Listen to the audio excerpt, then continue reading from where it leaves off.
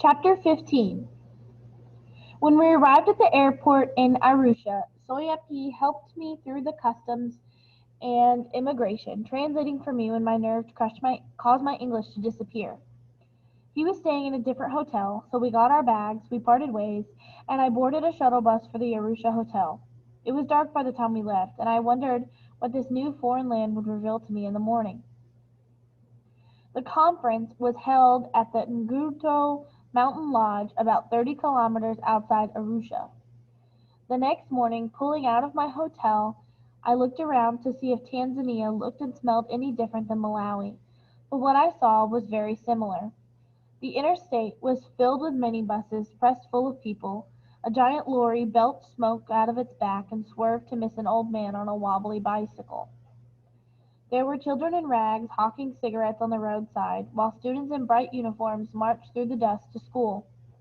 I saw village women balancing loads of vegetables on their heads and farmers tending to their fields. But unlike Malawi, Arusha had trees, and not only that. After some minutes, the shuttle driver pointed in the distance and said, "Look, there's Kilimanjaro, the biggest mountain in Africa." There it was, just like in the books, with white clouds covering its top. I couldn't believe that ordinary people like myself climbed that great mountain, but I knew they did. When Dr. Mackenzie had said there was a great journey ahead of me, I guess he was right. In my head, I began making a list of all the other places in the world I wanted to see. Kilimanjaro had filled me with such great confidence, but it all seemed to vanish once I reached the hotel where the conference was being held. The lobby was filled with so many different kinds of people, lots of white people from Europe and America. There were also many Africans among them, but even they spoke quickly and with strange accents. Everyone was talking on their mobile phones, and I prayed that no one would speak to me. After registering at the Welcome Center, I walked to the corner of the room and tried to disappear. No such luck. After some minutes, a man walked up and stuck out his hand.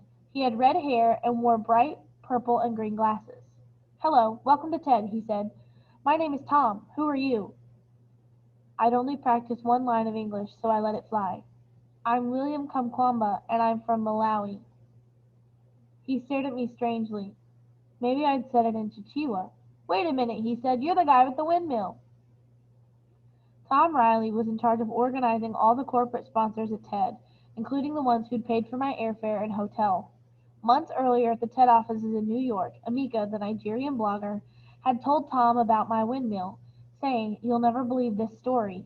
But Tom didn't know that Amika had searched under every rock in Malawi to find me and bring me to Arusha. After some minutes, me struggling with the few words of English I knew, Tom asked if I wanted to tell my story on stage to all the TEDsters, as he called them. I shrugged. Why not? "Do you have a computer?" he asked. I shook my head. "No, I don't have." "Do you have any photos of the windmill?" I did have these. A friend of Dr. Mackenzie had visited Medici a few weeks before and helped me prepare a presentation, just in case, using photos supplied by the journalist who'd visited my house. He'd done this with a laptop he'd pulled out of his bag, though at the time I had no idea this was a computer. To me, computers were big like televisions and plugged into the wall. We had a few of these at Medici from President Banda's time, but none of them worked. Before he left, this man handed me a strange cube, a flash drive, attached to a rope and said, "Wear this around your neck. This is your presentation." So when Tom asked about my photos, I unbuttoned my shirt and pulled out the rope. Tom looked at me funny, then took the cube and plugged it into his own laptop. "I'll just copy these onto my computer," he said. It was then I realized what a laptop was. Of course, I thought, it's a portable computer. What a good idea. Sensing my delight at seeing his laptop, Tom asked me, "William, have you ever seen the internet?" "No." In a quiet conference room, Tom sat me down at his computer and explained the trackpad, how the motion of my fingers guided the arrow on the screen. "This is Google," he said. "You can find answers to anything. What do you want to search for?" "Windmill." In 1 second, he pulled up 5 million page results, pictures and models of windmills I'd never even imagined. We did the same for solar power. Next, we pulled up a map of Malawi on Google Earth then a photo of Wimbe itself, taken from a camera in outer space. It's funny to me now, at this conference in East Africa, with some of the world's greatest minds in science and technology just outside the door, there I was in this room, seeing the internet for the first time. They could have put a blinking sign over my head and charged admission. Tom then helped me set up my own email account, even sending me a message from another computer to demonstrate. Over the next 2 days, I'd be introduced to so many amazing pieces of technology, things like Blackberries, video and digital cameras, even an iPod Nano, which I turned over and over in my hands before finally asking, "Where is the battery?" Not long after, I'd be hacking into these iPods and repairing them. But the most amazing thing about Ted wasn't the internet, the gadgets, or even the breakfast buffets with 3 kinds of meat, plus eggs and pastries and fruits that I dreamed about each night. It was the other Africans who stood on stage each day and shared their stories and vision of how to make our continent a better place for our people. There was Camille Iwango, a botanist from Congo, who'd risked his life to save endangered animals during the war. He'd even buried his Land Rover engine and stashed lab equipment in the trees to hide them from rebels. A man from Ethiopia invented a kind of refrigerator that works using water evaporation from sand to use in villages without power. A Nigerian named Bola Olabisi started a group to bring together all the women inventors of Africa.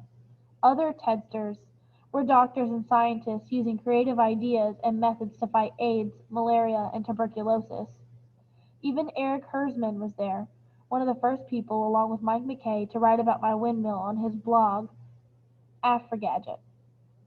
Eric wasn't a biological African. He was raised in Kenya and Sudan. But what he said summed up our crowd perfectly. Africans bend what little they have to their will every day. Using creativity, they overcome Africa's challenges. Where the world sees trash, Africa recycles. Where the world sees junk, Africa sees rebirth. Tom helped me prepare the words to say during my own presentation, but of course they flew out of my head the minute I walked inside the hall. The PowerPoint deck I'd brought with me was a little too long, so Chris Anderson, the TED curator, was going to ask me a few questions on stage instead. By the time I heard Chris call my name, my legs refused to work. "Don't worry," Tom whispered, patting my shoulder. "Just take a deep breath."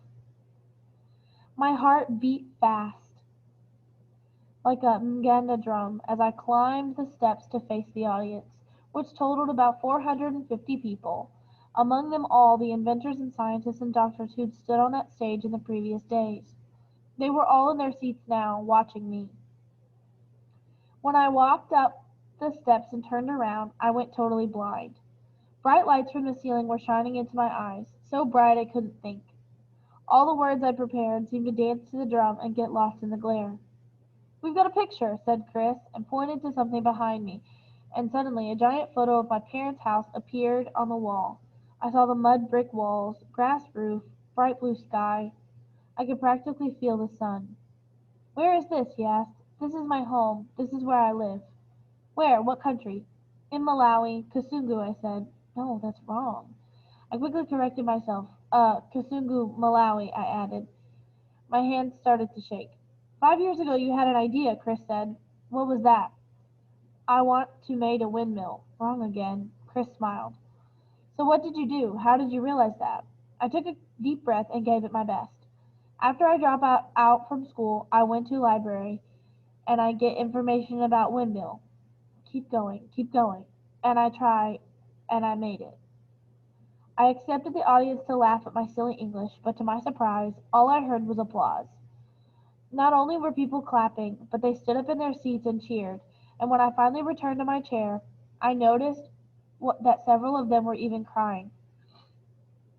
After all those years of trouble, the famine, and constant fear for my family, dropping out of school, and my father's grief, Kamba's death, and the teasing I received trying to develop an idea, after all that, I was finally being recognized. For the first time in my life, I felt I was surrounded by people who understood what I did. A great weight seemed to leave my chest and fall to the assembly hall floor. I could finally relax. I was now among colleagues.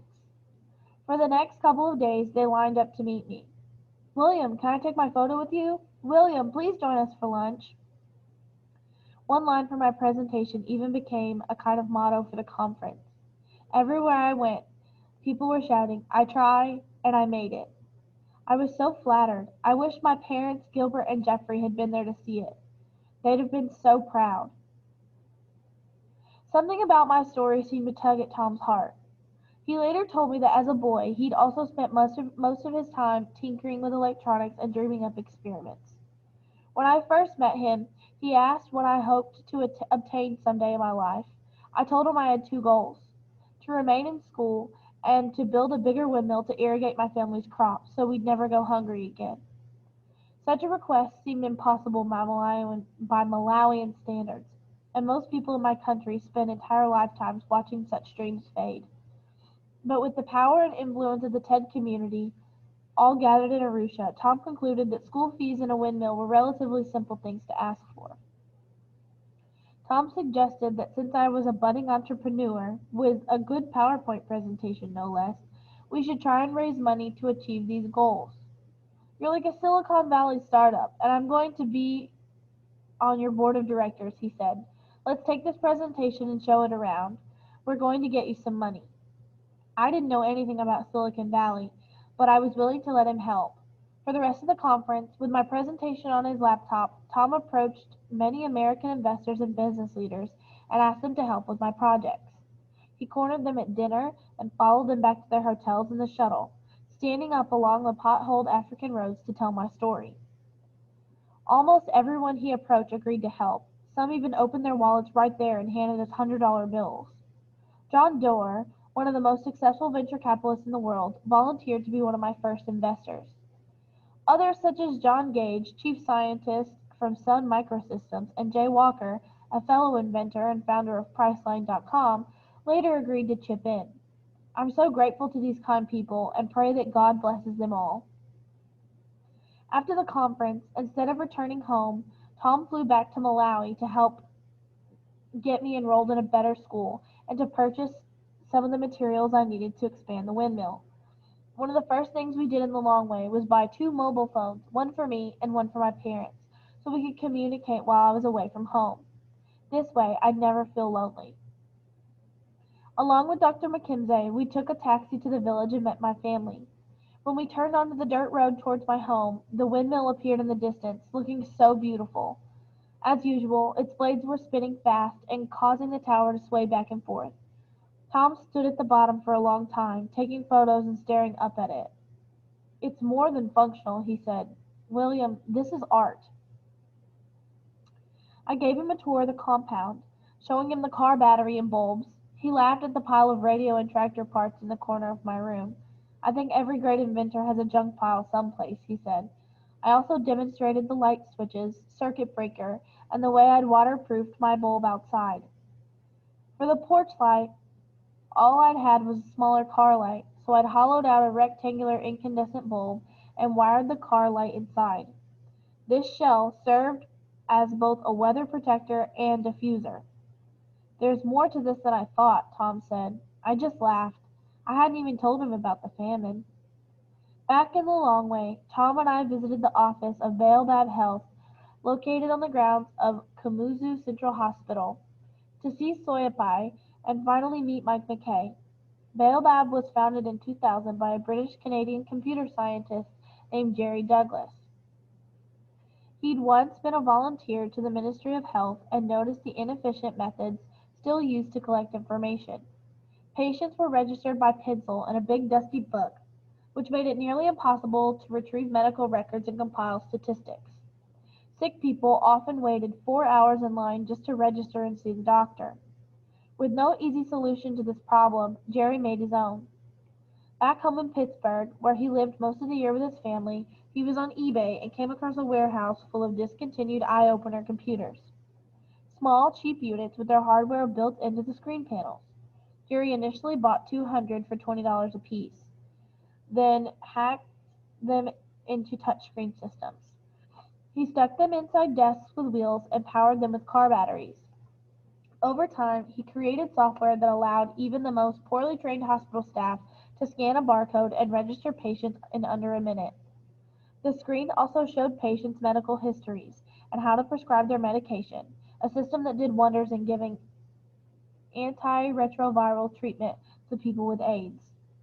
The system's technology and the efficiency it provided was in many ways more advanced than anything being used in hospitals in America.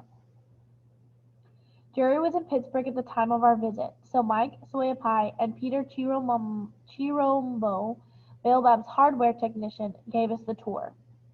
Mike happened to have a small windmill he'd built using an article in Make magazine, now my favorite publication, which he was considering using to power a rural clinic. Its generator was a treadmill motor, which I'd never seen. Peter stuck a power drill in one end of the motor to make it spin, and took the two wires and attached them to a voltmeter, an amazing gadget. Using the voltmeter, I measured the motor's power at 48 volts, which was 4 times stronger than my dynamo. "What do you think?" Mike asked. "Yeah, it's cool," I said. He then gave them both to me as a gift. The hole in the heavens just seemed to be getting bigger. Mike and Soyapai also taught me about deep cycle batteries, which, compared to my car battery, provide a more stable amount of current for longer periods of time. I wanted to try one of these.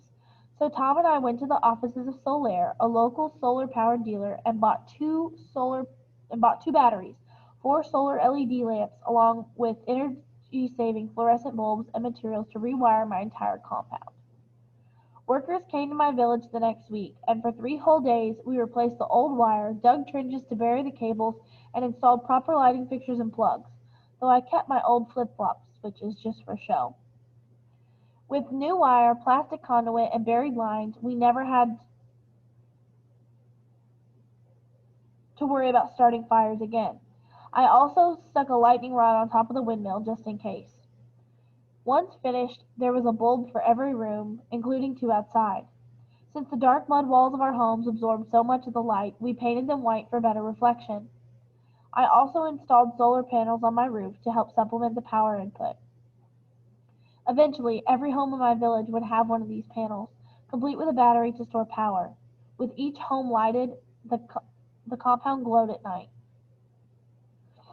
After approaching several private secondary schools in the area and being turned down because of my old age, I was finally accepted at African Bible College Christian Academy in Lilongwe, which was run by Presbyterian missionaries. The headmaster, Chuck Wilson, was an American from California, and my teacher, Lorelei McLean, was from Canada. Although I was behind most other high school students, Mrs. McLean and Mr. Wilson agreed to take a chance on admitting me. Mrs. McLean had one condition, that when I left school each day, I didn't go home to poverty. I had to find a good place to live in Lilongwe. Since I didn't have any relatives in town at the time, Jerry offered me a room at his place. At Jerry's, I had my own bedroom and a desk for studying. The housekeeper, Nancy, also made sure I ate plenty of sema and relish so I wouldn't feel homesick. Everything was great, but because we were in the city, we experienced power cuts several times a week. I couldn't help but think that after all that hardship to bring electricity to my village, here I was sitting in the dark in my success. Jerry said I should bring a windmill with me wherever I go. Over time, Jerry became a great friend and teacher. He'd been a recreational pilot in England, then later worked on helicopters while living in Canada, so I always had many questions about engines and such. Sometimes, after dinner, Jerry explained how helicopters worked and how the spinning blades captured wind to lift the heavy machines, and how the back rotors kept them from spinning in circles. He also helped me with my English, particularly my L's and R's, something we Chichewa speakers always get confused. These lessons were sometimes done in front of the bathroom mirror, so Jerry could demonstrate. "Okay, William, watch my tongue and say library. Libally. Library. Libally. You'll get it." My class at ABCCA used a distance learning curriculum from America that we learned by computer over the internet. Just a couple of months before, I'd never seen the web, and now I used it every day to speak with teachers who were in Colorado. My high school class was small, only 12 people, including 2 Americans, a Canadian, a Korean, and a boy and girl from Ethiopia.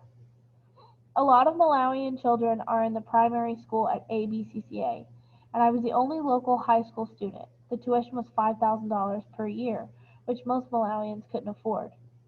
At first, I was a bit ashamed of my poor English, especially after hearing 5-year-old children speak better sentences than I could. During my first few days, I became a little depressed, but my tutor, a Malawian named Blessings Chikachula, offered some great encouragement. Mr. Blessings had also come from a poor village near Dawa, where he'd worked as a primary school teacher, supporting his wife and 4 children on almost no pay. During the famine, the village suffered terribly and people died, including his father and several of his students.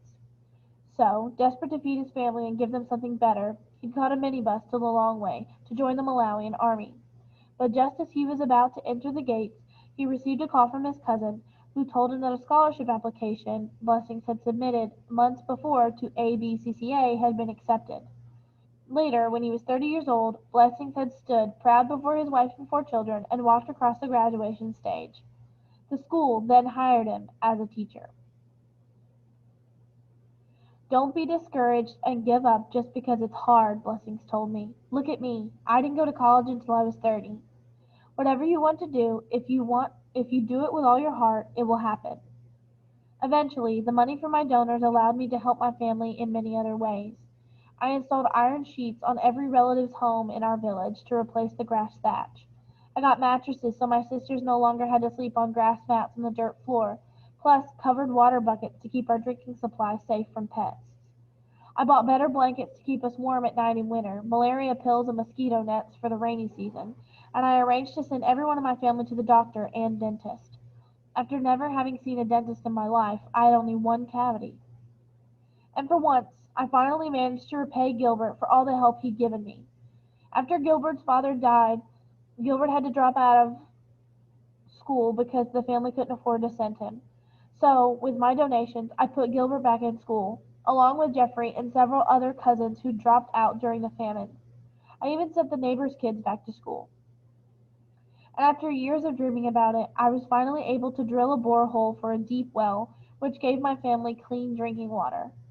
My mother said this saved her 2 hours each day carrying water from the public well. Using a solar-powered pump, I filled 2 5,000-liter water tanks and piped them to my father's field. I then installed easy assembly drip lines purchased from an American company called Chopin Living Waters, which finally allowed my father to plant a second maize crop. The storage room will never be empty again. The spigot from the borehole, the only automatic water system for miles around, is also free for all the women in Wimbe to use. Each day, dozens of them come to my home to fill their buckets with clean, cool water without having to pump and pump. During the holidays off school from ABCCA, I constructed a bigger windmill that pumped water. That pump now sits above the shallow well at home and irrigates a garden where my mother grows spinach, carrots, tomatoes, and Irish potatoes, both for my family to eat and to sell at market. Finally, the dream had been realized. My family couldn't have imagined that the little windmill I built during the famine would change their lives in every way. And they saw this man in the Bible who built an ark, saving his family from God's flood. Nope. Whenever I came home from school on weekends, my parents had a new nickname. They called me Noah, like the man in the Bible who built the ark, saving his family from God's flood.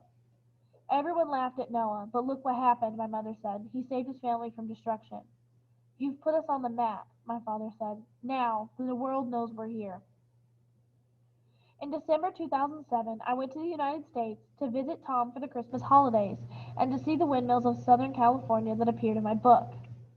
After some difficulty getting a visa, it's never easy for us Africans to travel to Europe or America, I landed in New York City right in the middle of winter, wearing only a sweater. The woman at the airline counter then told me they'd lost all my luggage. We'll call you, she said.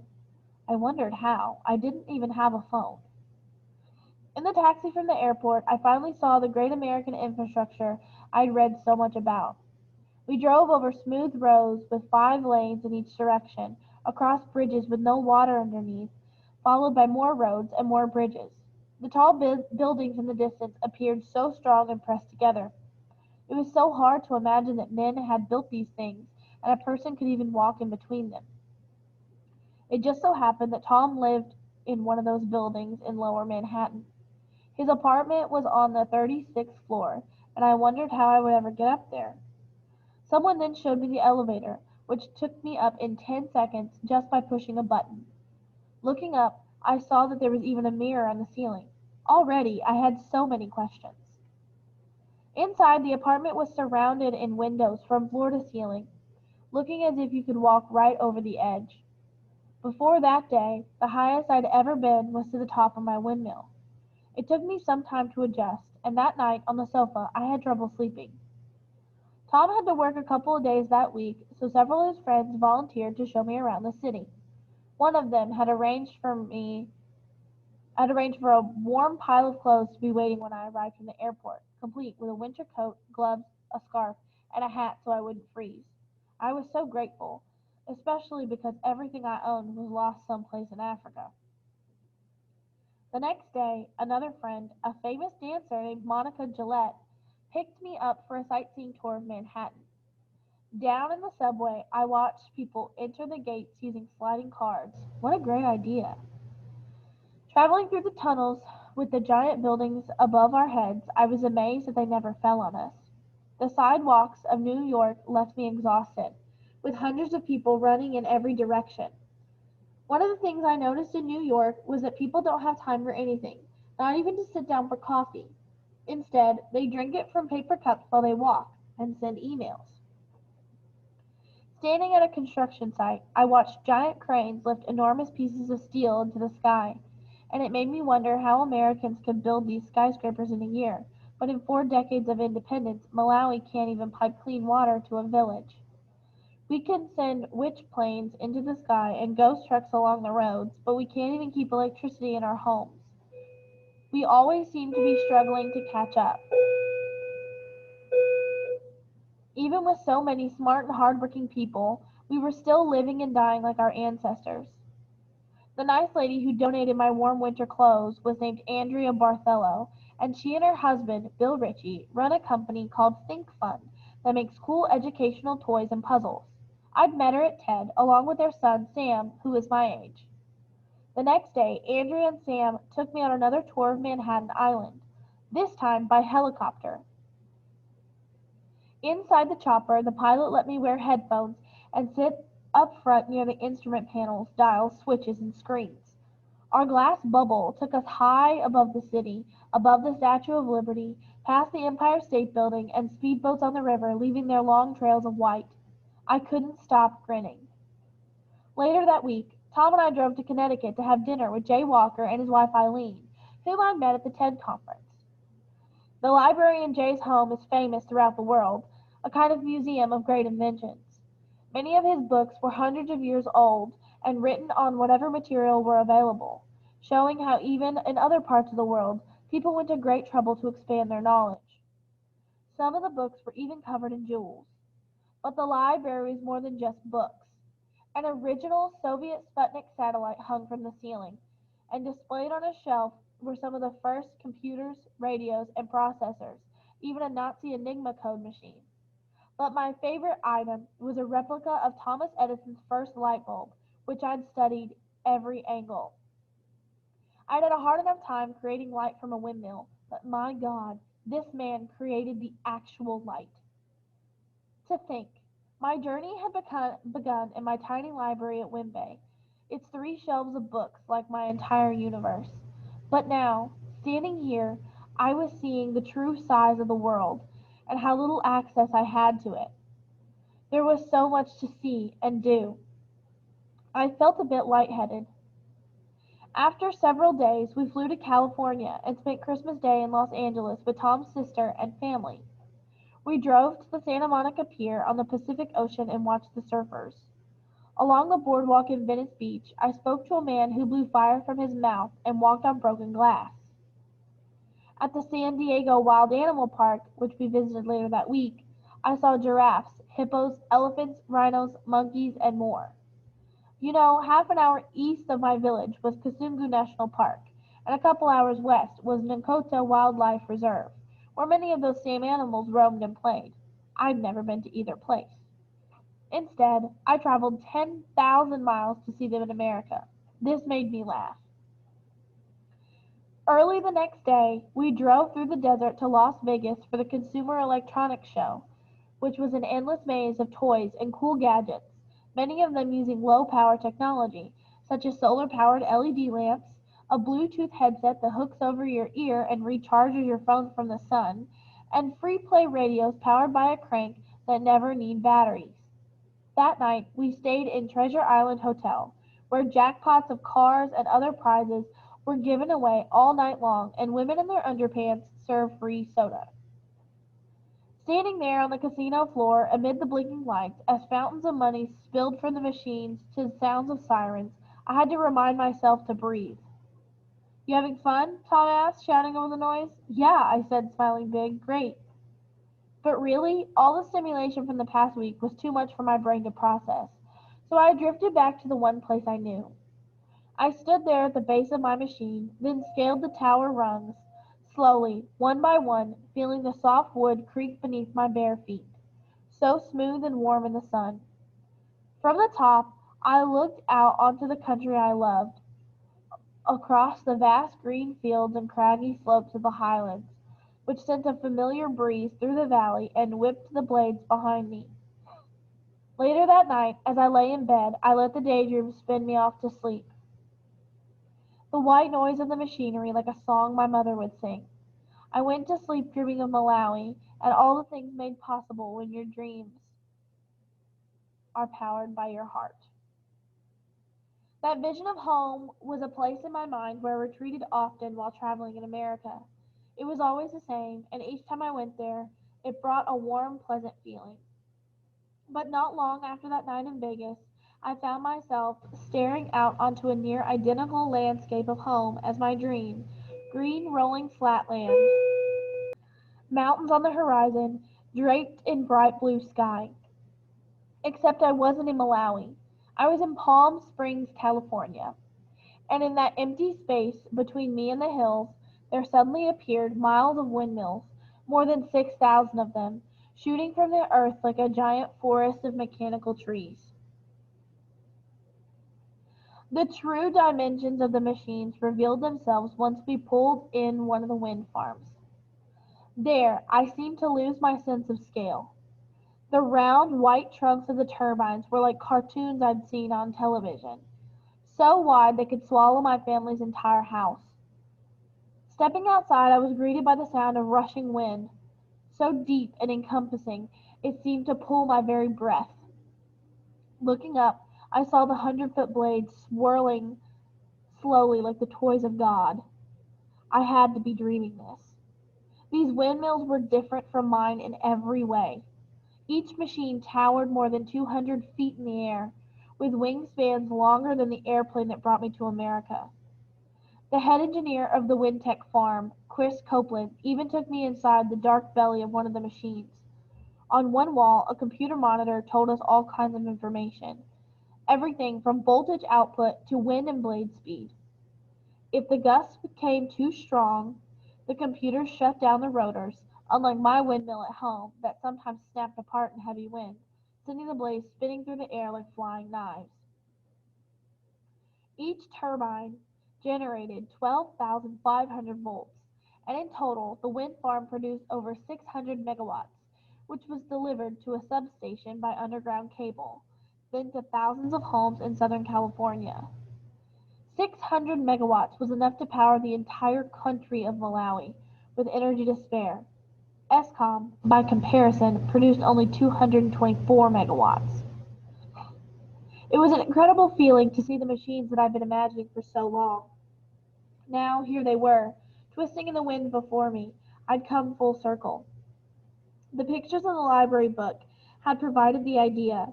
Hunger and darkness had given me the inspiration, and I'd set out myself on this long, amazing journey. Standing there, I waited for the next direction. What will I do next? I thought. What was in my future after having come this long, amazing journey? Standing here, I waited for the next direction. I looked out across the expanse of machines and saw how the mountains seemed to tumble and dance along their twirling blades. As I watched them, they seemed to be telling me something that I didn't have to decide just then. I could return to Africa and go back to school, reclaim the life that had been taken from me for so long. And after that, who knows?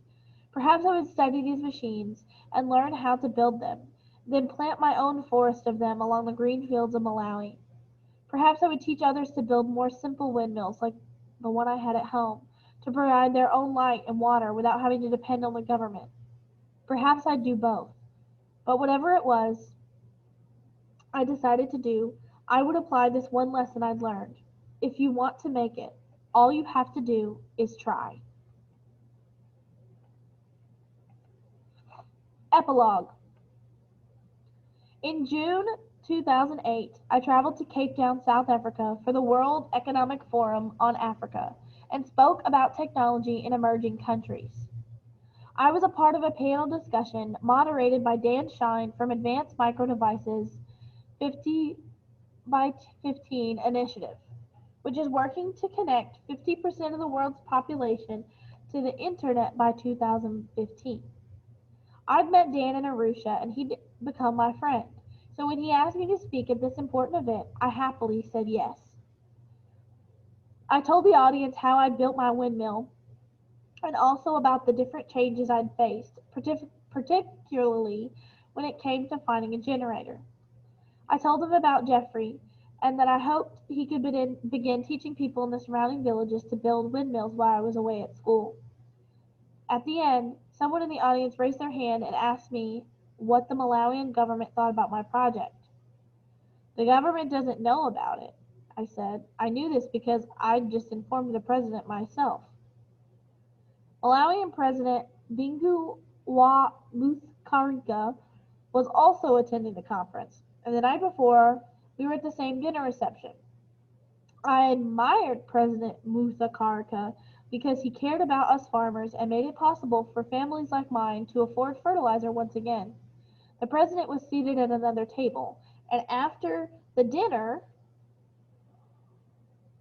I walked right up and introduced myself in English.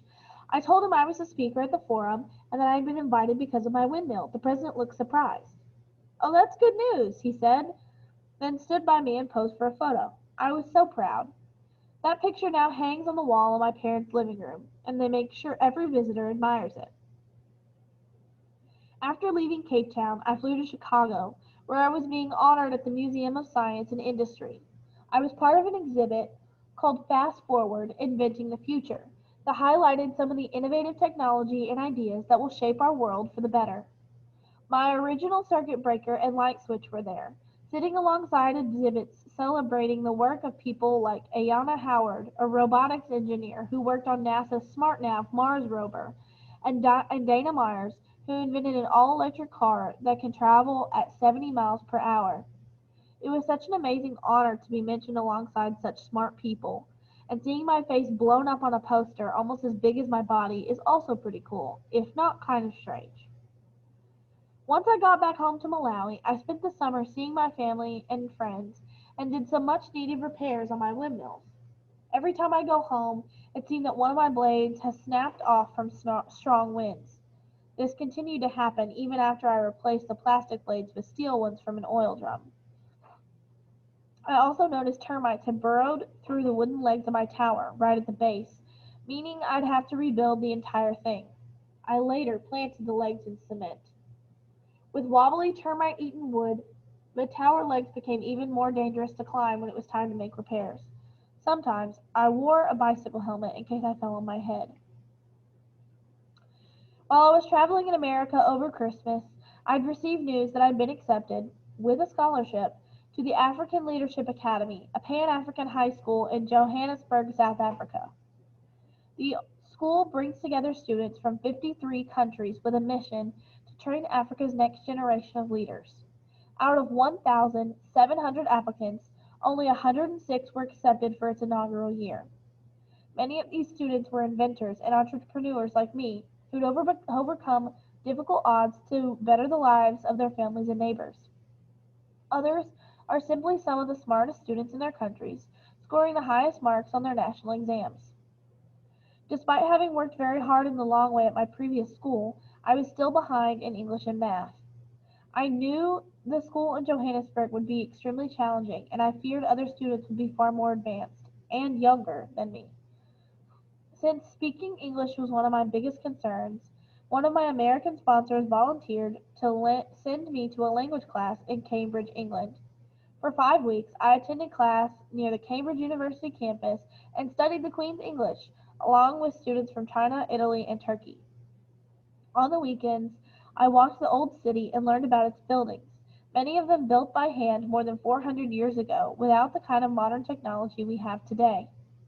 Seeing this, it gave me even more confidence that we Africans can develop our continent if we just put our minds and abundant resources together and stop waiting on others to do it for us. In August, after coming home briefly to pack and say goodbye to my family once again, I boarded a plane and flew to Johannesburg. My classes at ALA were just as rigorous as I expected. I took 10 courses my first semester, including chemistry, physics, and a class in entrepreneurship which became my favorite.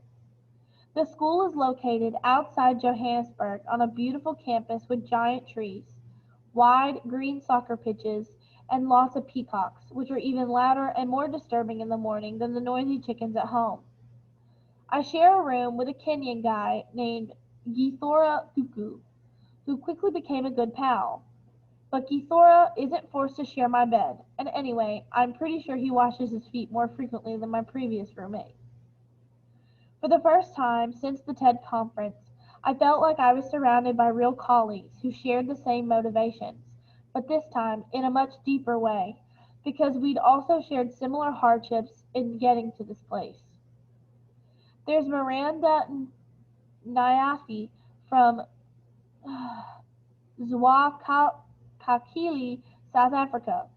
During a big teacher strike that paralyzed her school, Miranda took charge and began teaching her fellow students math, science, and geography and managed to keep the school open. And Belinda Munimo from Harare, Zimbabwe, helped a local orphan girl start a successful hatchery and chicken farm to pay her school fees.